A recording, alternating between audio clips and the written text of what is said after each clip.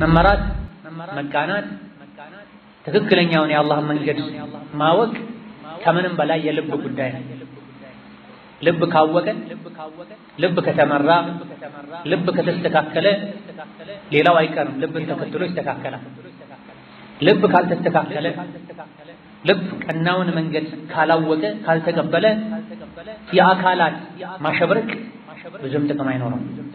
ለዚህ ነው الإمام أبو سعيد الحسن البصري رحمة الله عليه ኢማን በምኞት አይደለም በመዋበም አይደለም ኢማን ማለት ልብ ላይ የጠና ተግባር የመሰከረለት ነገር ነው ብለዋል። ነቢዩ ዓለይሂ ሰላቱ ወሰላም ኢማም ሙስሊም መዘገቡት ሶሒህ ሐዲስ ላይ እንደተነገረው አተቅዋ ሃሁና አሉ። ሶስት ወደ ልባቸው ያሳዩ የአላህ ፍራቻ ያለው እዚህ ውስጥ ነው፣ የአላህ ፍራቻ ያለው እዚህ ውስጥ ነው፣ የአላህ ፍራቻ ያለው እዚህ ውስጥ ነው።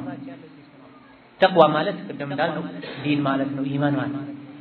የአላህ ፍራቻ ማለት ዲን ማለት አድርጉ ያለንን ማድረግ፣ አላህ ተው ያለንን መተው ማለት የተቅዋ የዲን የኢማን የመመራት የመቃናት ዋና ቤቱ ልብ ነው ማለታቸው። ፈስአሉ አህለ ዚክሪ ኢን ኩንቱም ላ ተዕለሙን።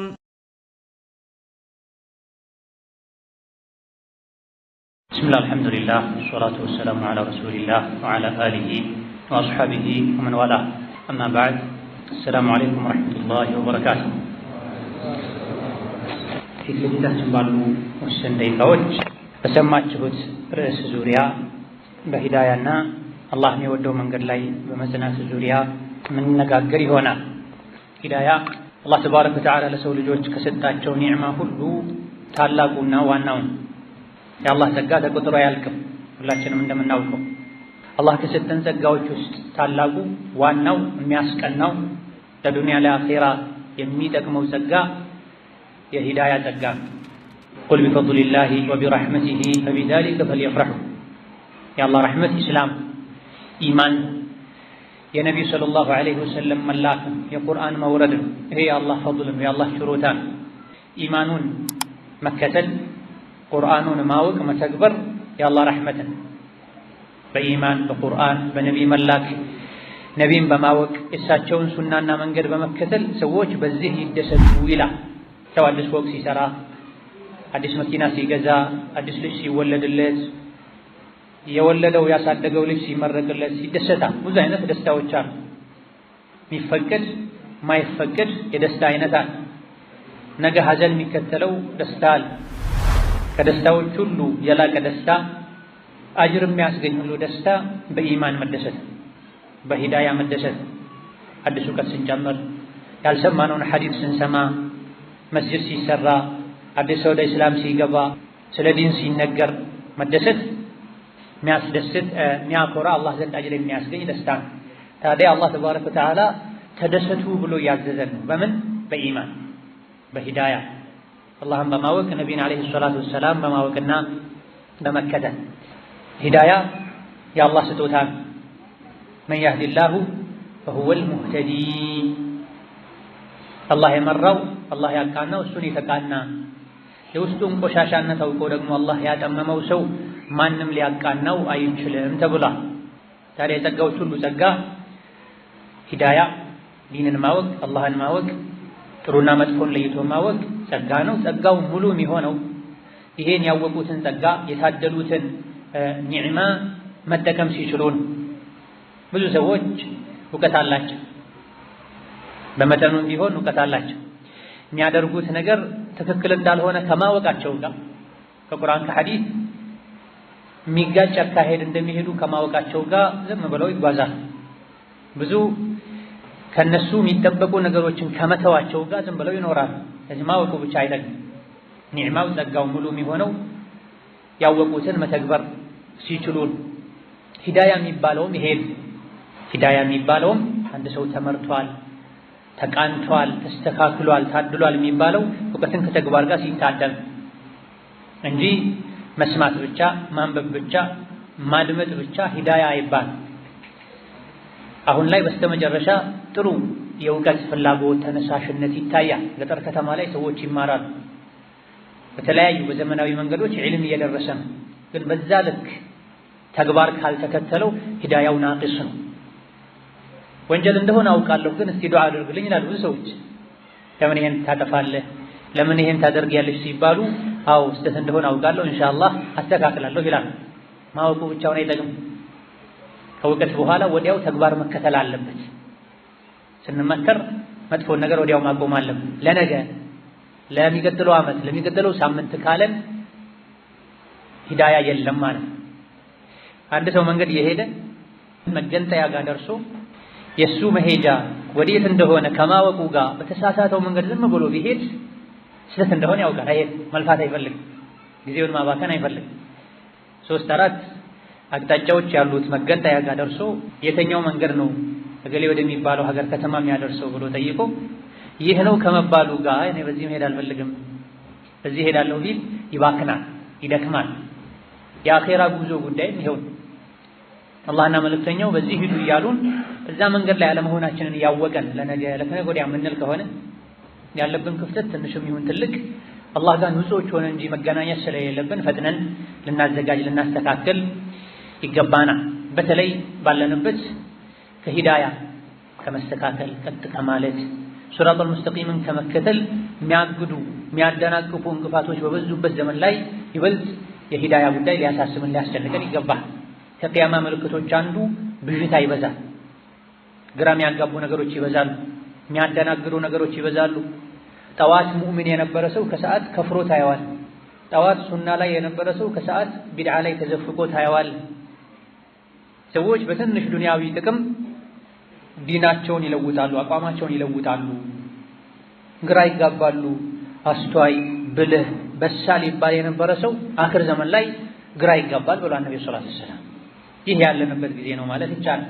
ከፊትናዎች ከአደናጋሪ ነገሮች ብዛት አንጻር እዚህ በተለይ ሂዳያ መቃናት፣ መመራት፣ መስተካከል ቀጥ ያለው የአላህ መንገድ ላይ መሆን አንገብጋቢ የሚሆነው በፊትና ጊዜ የሚያሳስቱ ነገሮች በበዙበት ጊዜ ሐቅና ባጥልን መለየት በሚያስቸግርበት ጊዜ ሂዳያ በጠማህ ሰዓት ውሃ ከሚያስፈልግህ በላይ ያስፈልጋል። በበረደህ ሰዓት ልብስ ከሚያስፈልግህ በላይ ሂዳያ ያስፈልግሃል።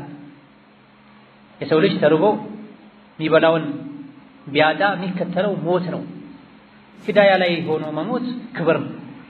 ቢበርደው አንድ ሰው ቢያንቀጠቅጠው ቢያመው ከዛ ቀጥሎ ሊመጣ የሚችለው ትልቅ ነገር ሞት ነው። ሂዳያ ላይ ከሆነ ተርቦም ይሙት ታሞም ይሙት በርዶትም ይሙት አላህ ዘንድ ያለውን ጸጋ ሲያገኝ ይካሳል። ነገር ግን እንደፈለጉ ቢበሉ ቢጠጡ ልብ ሂዳያን ካላገኘ ዋጋ የለውም። ጀሀነም ላይ አንዴ ሲነከሩ ያ ሁሉ ጸጋ ይረሳል። ሂዳያ መቃናት፣ መስተካከል፣ መመራት ካለው አንገብጋቢነት አንፃር ሙስሊም ሁሉ 24 ሰዓት ውስጥ ሶላት በሰገደ ቁጥር እህዲነ ሲራጠል ሙስተቂም ይላል። ይሄን ወንዱም ሴቱም ሕፃኑም አዋቂውም ዓሊሙም ዓሊም ያልሆነውም አዲስ የሰለመውም ነባር ሙስሊሙም የሚደጋግመው ቃል እህዲነ ሲራጠል ሙስተቂም ቀጥ ያለውን መንገድ ምራን ያለን ነው። ፋቲሓ በቀራም ቁጥር እንደጋገመው እኔ እስላም ላይ 70 ዓመት አሳልፌያለሁ 100 ሞልቶኛል እህዲነ ሲራጠል ሙስተቂም አያስፈልገኝም ብሎ የሚዘል ሰው የለም ይሄን አንቀጽ። ስለዚህ ወንዱም ሴቱም ዓሊሙም ነባር ሙስሊሙም አዲስ የሰለመውም ትክክለኛው መንገድ ምራኝ ይላል። ትክክለኛው መንገድ ሳናገኘው ቀርተን አይደለም በየሶላቱ ይሄ የምንደጋገመው፣ ይልቅ ጥናት ስለሚያስፈልግ የበለጠ ጠንካራ አድርገኝ ማለት ነው። እስከ ለተሞት ድረስ እዛ ላይ አጽናኝ ማለት ነው እንጂ ሙስሊሞች በየሶላቱ ቀናውን መንገድ ምራኝ ሲራጠል ሙስተቂምን ምራኝ የሚሉት መንገዱን ስተውት አይደለም። የመንገዱ ጉዳይ አሳሳቢ ስለሆነ የሂዳያ ጉዳይ ቀጥ ብሎ ኖሮ ቀጥ ብሎ የሚሞት ጉዳይ አሳሳቢ ስለሆነ መረሳት የለበትም። ሁሌ ይደጋገማል ማለት አንድ አሳሳቢ ጉዳይ ካለ አደራ ለምንሰጠው ሰው አንድ ጊዜ ብቻ አደራ ብለን አናበቃም። ሺህ ጊዜ ደጋግሙታል ሰዎች። እናት ልጇን ለሰው አደራ ሰጥታ ስትሄድ ልጄን አደራ ልጄን አደራ ልጄን አደራ ትላለች። ይህ ድግግሞሽ የጉዳዩን አንገብጋቢነት ነው የሚያሳይ።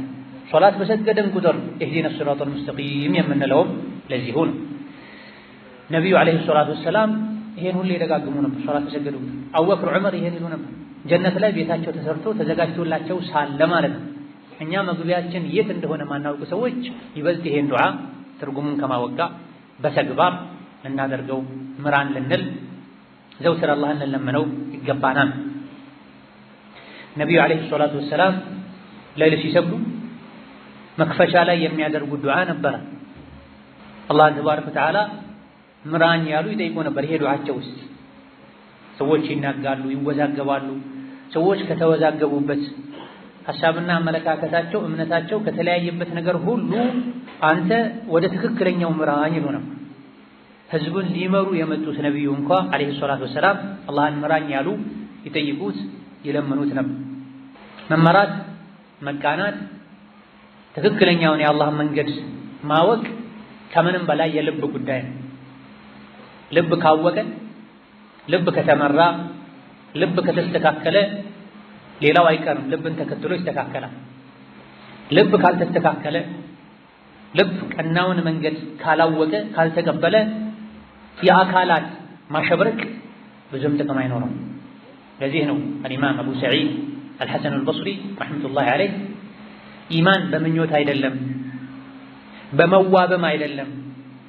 ኢማን ማለት ልብ ላይ የጠና ተግባር የመሰከረለት ነገር ነው ብለዋል። ኢማን ማለት ሂዳያ ማለት፣ ኢማን ማለት ተቅዋ ማለት፣ ኢማን ማለት ዲን ማለት። ስለዚህ ዲን፣ ተቅዋ፣ ኢማን በምኞት አለ። ኢንሻአላህ የሚቀጥለው ዓመት ላይ ሁሉን ነገር አስተካክዬ ወደ መስጂድ ገባለሁ፣ ሒጃብ አደርጋለሁ፣ አንዳንድ ማጠፋቸው ጥፋቶችን አቆማለሁ የሚሉ ሰዎች አሉ። ይሄ ምኞት ነው። ያን ማድረግ እንችላለን አንችልም እርግጠኞች አይደለም። ለመመኘት ሁሉም ይመኛል፣ የሞቱ ሰዎችም ይመኛል። ያ ለይተና ኑረዱ ወላ ኑከዚበ ቢአያት ምኞት ማይችል ማንም የለም። ታዲያ ሂዳያ ማለት ጀግንነት ማለት ያሉበት መንገድ ስህተት መሆኑን ካወቁ ወዲያው ወደ ትክክለኛው መንገድ ዞር ማለት መመለስ ነው። የሰሩት ያለው ስራ ዱንያ አኺራ ላይ የሚጎዳ መሆኑን ካረጋገጡ ፈጥኖ ወደ ማስተካከል መግባት ነው። ስለዚህ ኢማን፣ ተቅዋ፣ ዲን ምኞት አይደለም፣ ተሐሊም አይደለም፣ መዋብና ማጌጥም አይደለም። ነዓም ንጹህ ልብስ መልበስ፣ ነጭ ልብስ መልበስ፣ የሚያምር ልብስ መልበስ፣ የዲን የኢማን ሰዎችን ልብስ መልበስ አስፈላጊ ነው። አንዳንዱ ግዴታም ጭምር ነጃሳ ልብስ ለብሶ መሄድ አይገባም። የሆነ ሰዓት ላይ የሶላት ወቅት ሊደርስ ይችላል፣ ረስተን ልንሰግድበት እንችላለን። አቅም ያለው አንድ ሰው የቆሸሸ የተቀደደ የተጨማደደ ልብስ መልበስ የለበትም። አላህ በሰጠው ኒዕማ ልክ ጥሩ ልብስ መልበስ አለበት። የዲን የዕልም የኢማን ሰዎች የሚለብሱትን ልብስ መልበስም አስፈላጊ ነው። የፋሲቆችን ልብስ ለዲን ግዴለሽ የሆኑ ሰዎችን ልብስ ከመልበስ የዲን ሰዎችን ልብስ መልበስ መልካም። ነገር ግን ዲን ይሄ ብቻ ነው ማለት ጀለቢያ ጠምጣም ኮፊ አድርጎ የሚዘፍን የአረብ ዘፋኝ ሲያዩ ለካ ዘፈን ጥሩ ነው ማለት ነው የሚሉ ሙኝ ያሉ ሞኞች አሉ። በተቃራኒው ውጫቸውን በማሳመራቸው ብቻ ኢማን ልባቸው ውስጥ የገባ መስሏቸው በዛ ብቻ የሚያበቁ ሰዎች አሉ። አለባበሳቸው፣ ገጽታቸው የኢማን የዲን ሰዎች ናቸው፣ ስራቸው ሌላ። ሰዎች ዛሂራቸውን ያዩ ይታለላሉ። ልብስን ገጽታን ብቻ በማሳመር የሚያበቃ ነገር አይደለም። ነዓም የዲን አካል ነው። ሰው ልጅ አለባበሱ እስላማዊ መሆን አለበት። ግን ልብስ ብቻ ስለስተካከለ ኢማን አለ ማለት ፈጽሞ አይደለም። ዋናው መሰረቱ ቀልብ ነው። የቀልብ ጉዳይ የልብ ጉዳይ እጅግ በጣም አሳሳቢና አንገብጋቢ ነው። አላህ ነቢይን የወደዳቸው ልባቸውን አይቶን አብዱላህ ብን መስዑድ እንዳሉት አላህ ሱሐቦችን የወደዳቸው ያከበራቸው በጀነት ያበሰራቸው በአንደኛ ደረጃ ልባቸውን አይቶን። ልቤ ንጹህ ነው ያለን ደግሞ አካላችንን እንዘንጋው ማለት አይደለም። ምንም ጥርጥር የሌለው ጉዳይ ቢኖር ልብ ከተስተካከለ ስራ ይስተካከላል፣ ውጫዊ ገጽታ ይስተካከላል። ልብ ከተበላሸ ውጫዊ አካልም ንግግርም ውሳኔም ውሎም ይበላሻል። ስለዚህ የውስጥ የልብ መበላሸትን በልብስ በውጫዊ ነገሮች ለመሸፈን መሞከር የለብንም ማለት ነው። ሰው ልቡን የሚያውቀው ራሱ ከልቡ ጋር ራሱ መታገል አለበት። ልቡ ውስጥ አላህ የሚጠላው ነገር ያለበት ሰው፣ ምቀኝነት ያለበት ሰው፣ ኩራት ያለበት ሰው፣ ለሙእሚኖች ለአላህ ባሮች መጥፎን ነገር መመኘት በሽታ የተጠናወተው ሰው፣ ከዛ በፊትም የአላህ መኖር ላይ ሞቶ መቀስቀስ ላይ ጥርጣሬ ያለበት ሰው፣ የነቢይን ሱና የሚጠላ ሰው ከልቡ ጋር ትግል ሊገጥም ይገባል። ያ በሽታ ከልብ ሳይወጣ መስገዱ፣ መጾሙ፣ መልበሱ ብዙም አይጠቅም። ከዚህ ቀድመን ልባችንን እንድናስተካከል የሂዳያውን ቤት እንድናጠራው ቁርአን ሐዲስ መክሮናል። ቀድሞ የወረዱ የቁርአን አንቀጾች፣ ሱራዎች አብዛኞቹ ልብ ላይ የሚያተኩሩ ናቸው። ልብን የሚያለሰልሱ ናቸው። ልብን የሚያጸዱ ናቸው። ከዛ በኋላ ልብ ከተስተካከለ በኋላ ነው ኸምር ሐራም የተደረገው። ኸምር ሐራም የተደረገው 6ኛው ወይም 8ኛው ዓመተ ሂጅራ ላይ እስከዛ ባለው ኸምር የሚጠጡ ከነቢ ጋር የሚውሉ ሰዎች ነበሩ ማለት። የኡሁድ ዘመቻ ቀን ላይ ጠዋት ኸምር ጠጥተው ወደ ጦር ሜዳ የሄዱ ነገር ግን ሸሂድ ሆነው ጀነት የገቡ ሰዎች አሉ። እስከዛ ኸምር አልተከለከሉም። ለምን? ኸምር እነሱ ጋር የክብር መጠጥ ነበር። አሁን ላይ ቤትህ እንግዳ ሲገባ ውሃ ቡና እንደምታቀርበው እነሱ ጋር የተለመደ መጠጥ እንግዳ መቀበያ ኸምር ነው። ይህ ከአባት ከአያት ከቅድመ አያት የወረሱት ነገር ስለሆነ ጎጂነቱን፣ ሐራምነቱን፣ መዘዙን ልባቸው በደንብ ሳይረዳው አቁሙ ተብለው ከአላህ ጋር እንዲጣሉ ስላልተፈለገ መጀመሪያ በአኼራ እንዲያምኑ፣ በሒሳብ እንዲያምኑ፣ በቀብር ቅጣት እንዲያምኑ፣ የመልካም ስራን ጥቅም እንዲያውቁ፣ የመጥፎ ስራን ጉዳት እንዲያውቁ ታንጸው ተኮትኩተው ልባቸው ዝግጁ ሲሆን ገበሬ አካባቢው የግብርና አካባቢ ነው። ጤፍ ለመዝራት፣ ማሽላ ለመዝራት፣ አተር ለመዝራት 3 ጊዜ 4 ጊዜ ከዛም በላይ ያርሳል። አርሶ መሬቱ ከለመለመ በኋላ ነው የሚዘራው፣ ካልሆነ ልፋት ነው። ሀከዛ ልቦች ቀድመው ከታረሱ ከለሙ ከተስተካከሉ ከዛ በኋላ የዲን ህግጋትን መተግበር ቀላል ይሆን። በሁሉም ቦታ ላይ አላህን መፍራት ያየኛል ይሰማኛል ማለት በእርግጠኝነት ይገኛል። ቀልብ ግን ሳይስተካከል ውጭን ማስተካከል ራስን ማታለል ይሆናል። ሰዎችን ከአላህ መንገድ ማገድ ይሆናል። ውጫቸው የተስተካከለ ውስጣቸው የተበላሸ ሰዎች በሚፈጽሙት የተሳሳተ ተግባር ምክንያት ሰዎች እስላምን ይጠላሉ፣ ከዲን ይርቃሉ። ሂዳ የመጀመሪያው መሰረት የሂዳያ ጉዳይ የሚያሳስበው ሰው ሂዳያው ከልብ መጀመር እንዳለበት ሊያውቅ ይገባዋል። ምክንያቱም የሰው ልጆች አላህ ዘንድ የሚለኩት በልባቸው፣ በመልካቸው አይደል፣ በዘራቸው አይደል፣ በሀብታቸው አይደል። ነቢያችን አለይሂ ሰላቱ ወሰላም ቢላልን ጀነት ገብቼ ከፊቴ ስትራመድ አየሁ ምን አድርገህ ነው ብለው ጠይቀዋቸዋል። ቢላል እንደ ዱንያ በተለይ እንደ ጃሂልያ መሀይማን አስተሳሰብ ጥቁር ነው፣ ባሪያ ነው፣ የባሪያ ዘር ቦታ የሌለው ሰው ቢናገር የሚያደምጠው ሰው የለም። በኋላ ላይ አላህ በእስላም ከፍ አደረጋቸው። ከዕባ ላይ ወጥተው አዳን ለማለት አስቻላቸው እንጂ ከዛ በፊት በነበረው ስርዓት መሰረት እንደሳቸው ያሉ ባሪያ የሚሏቸው ሰዎችም የትም ሚሸና የሚተኛ አህያም እኩል አገልጋይ ነበሩ፣ መገልገያ ነበሩ። ቦታ አልነበራቸውም ከዚህ ውጭ። ነገር ግን ቢላል ሰለሙ፣ በአላህ አመኑ፣ አላህ ከፍ አደረጋቸው። ነብዩ ሰለላሁ ዐለይሂ ወሰለም ጀነት ገባሁኝ ከፊቴ ስትራመድ የጫማህን ድምፅ ሰማሁኝ ምን ብታደርግ ነው ብለው ጠይቀዋቸው። ቢላል እነዚህ ያበቃቸው ምንድነው? የልባቸው መስተካከል። እዛ ጽናት ያበቃቸው ምንድነው? የልባቸው መጠንከር። ኢማን ልባቸው ላይ ጠንክሯል፣ ስር ሰዷል። ሌሎች ትንሽ ፈተና ሲገጥማቸው ሲንሸራተት ወደ ኋላ ሲሉ እናያለን። ኢማን ስላልጠነከረ ሪባ ሐራም ነው ብሎ እድሜ ልኩን እንዳልኖረው ትንሽ ችግር ሲገጥመው በሪባ ሄዶ ይበደራል።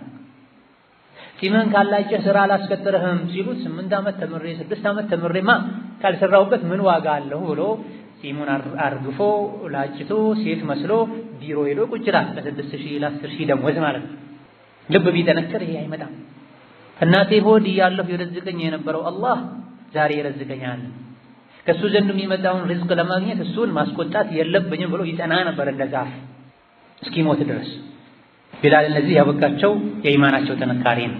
ጥቁር ነህ ባሪያ ነህ አላላቸውም። አላህ ተባረከ ወተዓላ በመልካም ስራቸው በኢማናቸው መስተካከል አስቀድሟቸዋል፣ ወደፊት አድርጓቸዋል። ስለዚህ ውጫችን ከማስተካከል ተግባራዊ ዒባዳዎች ላይ ከመረባረብ አካላዊ ተግባራዊ ዒባዳዎች ከመረባረባችን በፊት ቀድመን ልባችንን ልናጸዳ መሰረቱን ልናጠናና ልናስተካክል ይገባናል።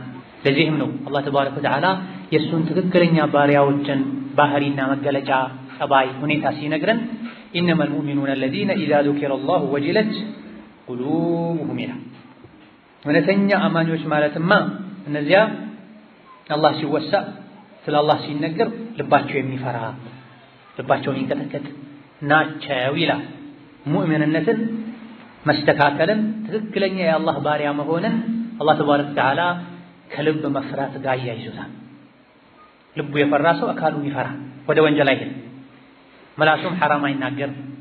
በሌሎችም በርካታ የቁርአን አንቀጾች ኢማንን፣ ዲንን፣ ሂዳያን፣ መመራትን፣ መቃናትን ከልብ ጋር ያይዙታል። ወለዚነ ዩኡቱነ ማ አተው ወቁሉቡሁም ወጂለህ የጀነት ሰዎች ማለት ፊርደውስ የተዘጋጀችላቸው ከአላህ ቁጣ ከቅያማ ቀን ውርደት የሚድኑ ሙፍሊሖች ሙእሚኖች መካከል ከነሱ ተግባር መሃል ትክክለኛ አማኞች ማለት الذين يؤتون ما آتوا የሚሰሩትን መልካም ስራ ይሰራሉ ወቁሉቡሁም ወጅላ ልባቸው የፈራያ ልብ ውስጥ ሂዳያ ሲኖር ኸይር ስራም የሰሩ ይፈራሉ ማለት ልብ ሲበላሽሳ ወንጀል የሰሩ እንኳን ግዴለሽነት ይመጣል ወንጀል ሲሰሩ ብለው ወንጀል ሲሰሩ አድረው እንኳን ትንሽ ቆም ብለው እንደው ነገ መግቢያዬ የት ነው የሚሆነው ልቡ የተስተካከለ يؤتون ما آتوا وقلوبهم ወጅላ መስራት ያለባቸውን ኸይር ስራ ይሰራሉ ግን ልባቸው ይፈራል አይሻ ይሄን ሲሰሙ ግራ ገባቸው يؤتون ما آتوا وقلوبهم وجلا የተለያየ ወንጀል ይሰራሉ ግን ከዛ ልባቸው ይፈራል የተባለ መስሏቸው አይሻ ነብይን ጠየቋቸው ያ ረሱላህ ይህ አንቀጽ ማለት ዝሙት የሚሰሩ ኸምር የሚጠጡ ከዛም ዝሙት በመስራታቸው ኸምር በመጠጣታቸው ምክንያት ልባቸው የሚፈራ ማለት ነው እንዴ ብለው ሲጠይቁ በፍጹም ይሄ አይደለም የተፈለገው ትክክለኛ ሂዳያ ያለው ሰው ወደዚህ አይሄድም ይልቅ ከዚህ የተፈለገው ይሰግዳሉ ይጾማሉ በመعنى الحديث የተለያዩ ኸይር ስራዎችን ይሰራሉ ግን አላህ ይቀበለኝ ይሆን ያሉ ይፈራሉ አለ ነብዩ ሰለላሁ ዐለይሂ ወሰለም ወቁሉቡሁም ወጅላ ሙሉ ሂዳያ ያለው ሰው በትክክል የተመራ ሰው ሶላት ሰግዶ እሱ ላይ ፍርሃት ይኖራል አላህ ተቀበለኝ ይሆን ይላል አላህ ከሰጠው ገንዘብ ላቡን ጠብ አድርጎ ካገኘው ገንዘብ ለኸይር ነገር ወጪ አድርጎ ዋናው እኮ ወጪ ማድረጉ አይደለም አላህ ወዶልኝ ይሆን አላህ ተቀበለኝ ይሆን ይሄ ስራዬ ሳይበላሽ ከጌታዬ ጋር ተገናኝቼ ዋጋውን አላህ ዘንድ አገኘው ይሆን ያሉ ይፈራሉ ይላል ለምንድን ነው ይሄ የሆነው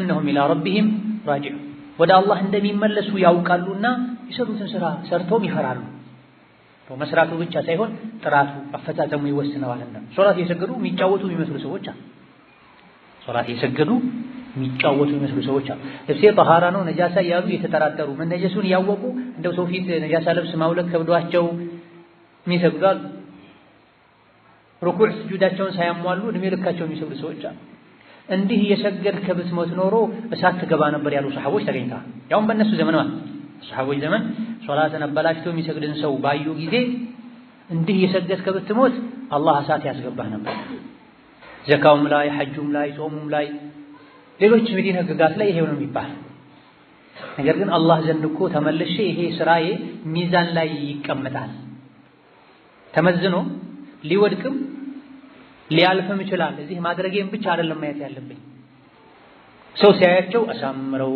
ረጋ ብለው የሚሰግዱ ሰዎች አሉ ለብቻቸው ሲሆኑ አራቱን ረካ በአንድ ደቂቃ ባልሞላ ጊዜ ተክ አድርገው እህል የተበተነላት ዶሮ እህል እንደምታነሳው ነካ አድርገው የሚሄዱ ሰዎች አሉ ይህ ያዋጣሉ ነገ አላህ ፊት ይሄን ብታየው ያስደስታል ማድረጉ ብቻ አይደለም የሚታየው ከዚህ ዒባዳ ተግባራዊ አካላዊ ዒባዳ በስተጀርባ የሚፈለግ ነገር አለ ኢነ ሶላተ ተንሃ ዐኒል ፈሕሻኢ ወልሙንከር ሶላት ዓላማ ነው ከአላህ ጋር መገናኘት ለአኺራ ጊዜ መስጠትን ከወንጀል መጠበቂያ ነው አሳምሮ ያልሰገዱ ሶላት ከወንጀል አይጠብቅም ሶላቱ ከወንጀል ካልጠበቀ አልተሰገደም ማለት የሶላቱ አጅር ካልተገኘ በረካው ካልተገኘ ጥቅሙ ላያችን ላይ ካልተንጸባረቀ አልተሰገደም ማለት ለዚህ ነው ልክ ሰግደው ሲወጡ ጫማቸውን እንኳን በትክክል እስከ መጨረሻው ተጫምተው ሳያበቁ ውሸት የሚጀምሩ ሰዎች እንታያለን ይወጡ ያለው ከመስጂድ ነው ያሉት እዚህ መስጂድ ነው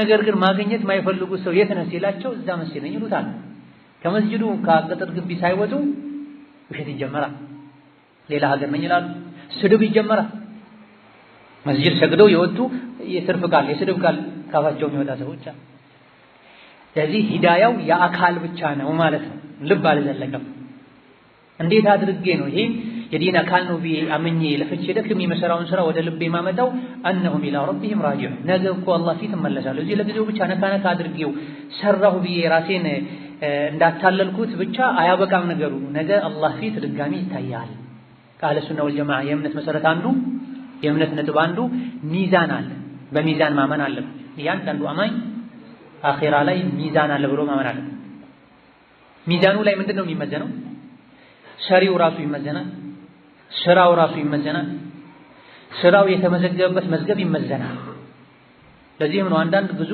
ሰዎች አላህ ዘንድ ቢመዘኑ የትንኝ ያክል ሚዛን አያነሱም ተብሏል ሐዲስ ላይ በጣም ቀጫጫ ሰዎች በኢማን ስለተሞሉ ደግሞ አላህ ዘንድ ኡሁድ ከሚባለው ተራራ የበለጠ ሚዛን ያነሳሉ ብላ ነብዩ ሰለላሁ ዐለይሂ ወሰለም አብዱላህ ኢብኑ መስዑድ ለነብዩ መፋቂያ ለመስበር ዛፍ ላይ ሲወጡ የባታቸውን ቀጫጫነት አይተው አንዳንድ ሰዎች እንደ መሳቅ ሲሉ ነብዩ ሰለላሁ ዐለይሂ ወሰለም የባቱ ቀጫጫነት ነው እንደሚያስቃችሁ የአብዱላህ ኢብኑ መስዑድ ቀጫጫ ባቶች እግሮች አላህ ዘንድ ኡሁድ ከሚባለው ተራራ የበለጠ ሚዛን ያነሳሉ ብሏል ነብዩ ሰለላሁ ዐለይሂ ወሰለም። በተቃራኒው ደግሞ ሰውነቱ የደለበ የወፈረ የገዘፈ ሰው እንደዚህ ግዙፍ የሆነ ሰው አላህ ዘንድ መጥቶ ሲመዘን ሚዛን ላይ የተነኘን ያክል የብናኝን ያክል ሚዛን እንደማያነሳም ተነግሮ ያ ውስጡ ከሂዳያ ባዶ ስለሆነ ነው። ይሄ ደግሞ ቀጫጫ ከመሆኑ ጋር ከተራራ በላይ ሚዛን ያነሳል የተባለለት ውስጡ በሂዳያ ስለተሞላ ነው። በሌሎች ማህበራዊ ጉዳዮች ላይ ከሰው ጋር በሚያገናኙን ነገሮች ላይ እንኳ የልባችን መስተካከልና መበላሸት ህይወትን እንደሚያበላሽ እንደሚያስተካክል የሚጠቁሙ የቁርአን አንቀጾች አሉ። ወላ ተክቱሙ ሸሃዳ ወመን የክቱምሃ ፈኢነሁ አቲሙን ቀልቡሁ ይላል። ምስክርነትን መስክሩ የተባላችሁትን መስክሩ፣ አትደብቁ ምስክርነትን የሚደብቅ የሚያዛባ ልቡ ወንጀለኛ ነው ይላል አላህ ተባረከ ወተዓላ። ወንጀሉን ወደ ልብ አስጠጋ። ዘመድን ለመጥቀም ብለው ያላዩትን የሚመሰክሩ ሰዎች አሉ። ወዳጅን ለመጥቀም ብለው የሚጠሉትን ሰው ለመጉዳት ብለው ያዩትን ምስክርነት የሚደብቁ ሰዎች አሉ። ምስክርነት አንዳንዴ ዋጅብና ግዴታ ይሆናል። የሆነ ሰው ሲገደል ካየህ ያላግባብ ሲገደል ካየህ ለምስክርነት ከተቆጠርክ ያን ምስክርነት ቃዲ ፊት ዳኛ ፊት ቀርቦ መስጠት የምስክርነት ቃልን መስጠት መመስከር ዋጅብና ግዴታ። አሊያ ደግሞ ሁለት ሰዎች አብረው ስራ ሲጀምሩ ቦታው ላይ ከነበርክ የሥራቸውን ሁኔታ ካወቅክ ኋላ ላይ ያንተ ምስክርነት አስፈልጎ ፍርድ ቤት ከተጠራህ መደበቅም የለብህም ማዛባትም የለብህም። ያላየኸውን መመስከር የለብህም፣ ያየኸውን መደበቅ የለብህም። ምደብቅ ከሆነ መስክር ከሆነ መታዛባ ከሆነ ፈኢነሁ አቲሙን ቀልቡሁ ልቡ ወንጀለኛ ነው ይላል አላህ ተባረከ። ምስክርነት ላይ ለማጭበርበር፣ ስራ ላይ ሸሪዓ የማይፈቅደውን አሰራር ለመስራት፣ ከሶላት ወደ ኋላ ለማለት፣ ሴት ልጅ ተገላልጣ ለመሄድ ወዘተ ወንጀሎች ሰበብ የሚሆነው ማህዋ የቀልብ አለመስተካከል የልብ ቀጠለ ማለት። የልባችሁን ብትደብቁት አላህ ያውቀዋል። ወኢን ቱኽፉ ማ ፊ ሱዱሪኩም አው ትብዱሁ ያዕለሙሁ ላህ። ከልባችን ውስጥ የአላህ ውዴታ ሊኖር፣ የአላህ ፍራቻ ሊኖር፣ አላህን ለመገናኘት መጓጓት ሊኖር፣ ነቢዩን ዓለይሂ ሰላቱ ወሰላም ሰሓቦችን ለመገናኘት ውስጣችን ላይ ጉጉትና ፍላጎት ሊኖር ይገባል። ይህ ጉጉትና ፍላጎት ብቻ ሆኖ መቅረት የለበትም፣ ስራ ሊከተለው ይገባል። ልብ ሲስተካከል ይህ ሁሉ ይሳካል። ልብ ካልተስተካከለ እንዲሁ ራሳችን ያታለለን እንኖራለን። ነቢዩም ዓለይሂ ሰላቱ ወሰላም ኢማም ሙስሊም መዘገቡት ሶሒህ ሐዲስ ላይ እንደተነገረው አተቅዋ ሃሁና አሉ። ሶስቴ ወደ ልባቸው ያሳዩ የአላህ ፍራቻ ያለው እዚህ ውስጥ ነው፣ የአላህ ፍራቻ ያለው እዚህ ውስጥ ነው፣ የአላህ ፍራቻ ያለው እዚህ ውስጥ ነው። ተቅዋ ማለት ቅድም እንዳልነው ዲን ማለት ነው፣ ኢማን ማለት የአላህ ፍራቻ ማለት ዲን ማለት አድርጉ ያለንን ማድረግ፣ አላህ ተው ያለንን መተው ማለት የተቅዋ የዲን የኢማን የመመራት የመቃናት ዋና ቤቱ ልብ ነው ማለታቸው። ወመን ዩዐዚም ሸዓኢረ ላህ ፈኢነሃ ሚን ተቅወል ቁሉብ የሚል የቁርአን አንቀጽም አለ። የዲን ምልክቶችን ዲንን የሚያከብር የልብ ፍራቻ የአላህ ፍርሃት አለው ማለት ልብ ውስጥ የአላህ ፍራቻ አለ ማለት ነው። የዲን ህግጋትን የማያከብር በሶላት ሰዓት የሚተኛ አላህ ተባረከ ወተዓላ ያከበደውን ነገር አቅልሎ የሚያይ የልብ ተቅዋ የለውም ማለት። ስለዚህ ነብዩ ሰለላሁ ዐለይሂ ወሰለም ተቅዋ ያለው በዋነኝነት ልብ ውስጥ ነው። ልቤ ላይ ተቅዋ አለ ሂዳያ አለ ብለን ደግሞ እንዳንዘናጋ በሌላ ሐዲሳቸው የሰውነት አካል ውስጥ አንዲት ቁራጭ ስጋ አለች። እሷ ከተስተካከለች የሰው ልጅ ሙሉ አካላቱ ይስተካከላል። እሷ ከተበላሸች ሙሉ ሰውነቱ ይበላሻል። ይህቺ ሰውነትን የምታበላሽ የምታስተካከለን ቁራጭ ስጋ ማለት ልብ ናት ብለዋል ነብዩ ሰለላሁ ዐለይሂ ወሰለም። የሰው ልጅ ልቡ ሲስተካከል እጁ ይስተካከላል፣ አይሰርቅም፣ ሰው አይደበድብም። የሰው ልጅ ልቡ ሲስተካከል እግሩ ይስተካከላል፣ አላህ ወደሚጠላው ቦታ አይሄድም። አይኑ አላህ የሚጠላውን አያይም፣ ጆሮ አላህ የሚጠላውን አይሰማም፣ ምላሱ አላህ የሚጠላውን አይናገርም። ልብ ሲበላሽ እነዚህ ሁሉ ይበላሻል። አይን ያላየውን አየሁ ይላል፣ እግር ያልሄደበትን ሄድኩ ይላል፣ ጆሮ ያልሰማውን ሰማሁ ይላል። የግልም የሰዎችም አጠቃላይ ህይወት የተበላሸ ይሆን። አንዲትን የተከበረች ትዳሯን ቤቷን ክብሯን ጠብቃ የምትኖርን ሴት ሳያይ ባለቤትህን እገሌ ከሚባል ሰው ጋር እንዲህ አይነት ቦታ ላይ በእንዲህ አይነት ሁኔታ ላይ አየኋት ብሎ ይናገራል። ያላየው በዚህ አንድ የራሱ ዲን ይበላሻል፣ በሌላ በኩል የሰው ህይወት ያበላሻል። ሚስትህን ወይም ሴት ልጅህን ከባዳ ወንድ ጋር ወንጀል ላይ መጥፎ ቦታ ላይ አየኋት ተብሎ የተነገረው ሰው እርምጃ ይወስዳል። ለዚሁ ሊያበቃው ምንድነው? የልብ መበላሸት። ልቡ ተበላሽቶ ይሄን ያልሆነ ንግግር የተናገረ ሰው የራሱ ዲን ይበላሻል። የዋሸባቸው ሰዎችን ህይወትም ጭምር ግንኙነትም ጭምር አብሮ ያበላሻል። ስለዚህ ተቅዋ ልብ ላይ ነው አሉ ነብዩ ሰለላሁ ዐለይሂ ወሰለም። ልብ ከተስተካከለ ሌላው አብሮ ይስተካከል። አካላት የልብ ተከታይ ናቸው። ከአቡ ሁረይራ ረዲየላሁ ዐንሁ እንደተነገረው ልብ የሰውነት አካላት ንጉሳቸው ነው፣ ጠቅላላ አዛዣቸው ነው። ልብ ሲስተካከል ሌሎች አካላት ይስተካከላሉ። አንድ የሀገር መሪ ሲስተካከል በሱ ስር ያሉ ሰራተኞች እንደሚስተካከሉት ሁላ የቢሮ ኃላፊ ማናጀር ጥሩ ሰው ከሆነ ጥሩ ዓላማ ካለው ንቁ ከሆነ በሱ ስር ያሉ ሁሉ ሰራተኞች ስራቸውን በአግባቡ ይሰራሉ።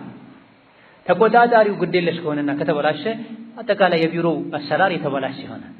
ልብም እንደዚህ ነው። ልብ ከተስተካከለ ሌሎች ሰውነት አካላት ይስተካከላሉ። አላህ ተባረከ ወተዓላ ከኛ በዋነኝነት የሚያየው ልብን ነው። ከዛ አስከትሎ ስራን ኢማም ሙስሊም በዘገቡት ሌላ ሐዲስ ላይ እንደተነገረው አላህ ተባረከ ወተዓላ መልካችሁን አያይም፣ ገጽታችሁን አያይም። ረጅም ነህ፣ አጭር ነህ፣ ቀጭን ነህ፣ ወፍራም ነህ፣ መልከ መልካም ነህ፣ መልከ ጥፉ ነህ አይልም። ሀብት ንብረታችሁንም አያይም። ይልቅ አላህ የሚያየው ልባችሁንና ተግባራችሁን ነው አሉ ነብዩ ሰለላሁ ዐለይሂ ወሰለም። አላህ ዘንድ የሚታየው ልብና ተግባር። ተግባር ነው የሚለውን ብዙ ሰዎች ይዘነጉታል። ዋናው ልብ ነው ይላሉ። ልብ ብቻ አይደል። የሰውነት አካላት ልብን ተከትለው ይስተካከላሉ፣ ያምራል። ውስጡ ቆሾ ሳለ ውጩን ብቻ አመሳስሎ የሚኖር ሰው የሆነ ጊዜ አላህ ተባረከ ወተዓላ ያጋልጠዋል። ልቡ ያልጸና ሰው ጣረሞት ላይ ጽናትን አያገኝም። ከዛ በፊትም በተለያዩ አጋጣሚዎች ኢማኑ የማስመሰል እንደሆነ ይጋለጣል። ሰዎች ሰርግ አንድ ቀን ነው ያሉ ሌላ ጊዜ ዲን ኢማን ሲሉ እንዳልኖሩት የሰርግ ቀን ላይ መስመር ይስታሉ። ሐራም መሆኑን ያወቁ ዘፈን ይከፍታሉ፣ ዘፋኝ ያስመጣሉ፣ ወንድና ሴትን ቀላቅለው ይጨፍራሉ። ሐዘን ሲበረታባቸው የለቅሶ ቀን ላይ ያዙን ልቀቁኝ ይላሉ። አላህን ለምን ይሉታል? ወደ ሰማይ አንገታቸውን ቀና አድርገው ለምን ይሉት? የሰጠውን ሲወስድ። በእንደዚህ አይነት አጋጣሚዎች ላይ ኢማን ልብ ውስጥ እንደሌለ ሂዳያው የልብ እንዳልሆነ ይወጣል፣ ይንጸባረቃል። ነቢዩ ዓለይሂ ሰላቱ ወሰላም ብዙ ጊዜ ሲምሉ ላ ወሙቀሊቢል ቁሉብ ይሉ ነበር። እንደው መሐላቸው እንኳ ልቦችን በሚገለባበጠው በአላህ እምላለሁ ይሉ ነበር ሲምሉ። ልብ ይገለባበታል፣ ጽናት ያስፈልጋል። ኡሙ ሰለማ የነቢ ባለቤት የመመናን እናት ነቢዩ በብዛት ያደርጉት የነበረ ዱዓ ምንድነው ተብለው ሲጠየቁ ያ ሙቀሊበል ቁሉብ ሰቢት ቀልቢ ዐላ ዲኒክ ነበር የሚሉት። ኡሙ ሰለማ የነቢ ባለቤት ናቸው። ፈቂህ ከሚባሉ ብዙ ሐዲስ ካስተላለፉ ሴት ሱሐባዎች መሃልም የሚመደቡ ናቸው በጥቅሉ።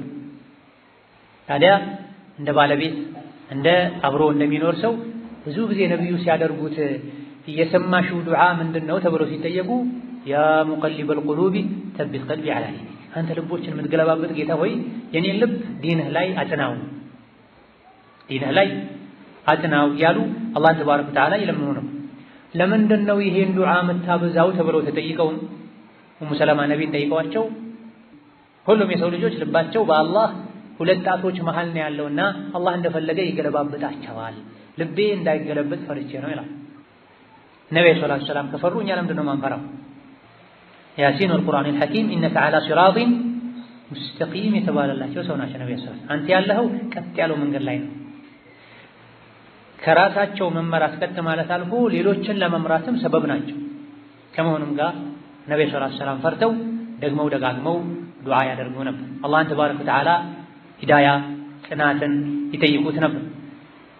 ከአቡ ሙሳ አልአሽዓሪ በተላለፈ ሐዲስ ላይ እንደተነገረው ነቢዩ ዓለይሂ ሰላቱ ወሰላም የልብ ምሳሌው በረሃ ላይ እንደተንጠለጠለ የዶሮ ላባ ነው። ንፋስ ወደ ግራ ወደ ቀኝ ወደ ላይ ወደ ታች እንደሚያደርገው ብላ የሰው ልጅ ልቡ ቀልብ የተባለው ከዚሁ ቃል ተወስዶ ነው። ቀልብ ማለት መገልበጥ ማለት መገለባበጥ ማለት የሰው ልጅ ልቡ ይገለባበጣል፣ ያዝለቀቅ ያደርጋል፣ ያመነታ ሐራም መሆኑን የሚያውቀውን ነገር መልሶ ይሰራል። ልቡ ለስለስ ብሎ ደክሞ ዛሬ ጥሩ ነው ብሎ ሲያምን የነበረውን ነገር ነገ መጥፎ ነው ይላል። ትናንት መጥፎ ነው ሲል የነበረውን ዛሬ ጥሩ ነው ይላል። ልብ አስቸጋሪ። ፊትናዎች ወደፊት ወደ ኋላ ያደርጉታል። ሸይጣን ስሜት ወደፊት ወደ ኋላ ያደርጉታል። ስለዚህ ዘውትር ረበና ላ ቱዚግ ቁሉበና በዕደ ኢዝ ሀደይተና ልንል ይገባናል። ይሄ የነቢያት ዱዓን የሷሊሖች ዱዓን ኢህዲነ ሲራጠል ሙስተቂም እንደማለት አላህ ተባረከ ወተዓላ የእሱን ትክክለኛ ባሮች የእሱን ሐቅ የእሱን ዲን የሚያውቁ ዑለሞችን ሁኔታ አቋም ሲነግረን ረበና ላ ቱዚግ ቁሉበና በዕደ ኢዝ ሀደይተና ይላሉ ብሎን ጌታችን ሆይ ከመራህን በኋላ አታጥመን፣ መንገዱን ካሳወቅከን በኋላ አታስተን የሚሉ ናቸው። ራሲኾች በዒልም በኢማን በእውቀት የበሰሉ ጥልቅ እውቀት ያላቸው በእውቀታቸው እንኳ አይተማመኑ፣ በኢማናቸው አይተማመኑ፣ አይኮሩም። አላህ ሆይ ከመራኸኝ ካቃናኸኝ በኋላ አታጥመኝ፣ ካሳወቅከኝ በኋላ አታሳስተኝ፣ የኢማንን ጥፍጥና ካቀመስከኝ በኋላ አትንፈገኝ ልንል ይገባናል። የሰው ልጅ የተለያዩ የሚፈታተኑት ነገሮች አሉ። ልብን የሚፈታተኑ ነገሮች አሉ። ከሂዳያ መንገድ የሚያወጡ ነገሮች አሉ። ሄዶ መጨረሻ ላይ ልብ ሁሉ ዝግ እስኪሆን ድረስ ይቀጥላል። በየጊዜው አዳዲስ ነገሮችን ሲሰሙ ያን ወደ ሚዛን ወደ ሸሪዓ አምጥቶ ጥሩውን ተቀብሎ መጥፎውን መመለስን ሲያቆሙ፣ በስሜት ሲነዱ፣ ፊትና ሲበዛ፣ ግራ የሚያጋቡ ነገሮች ሲበዙ ልብ ይታወራል።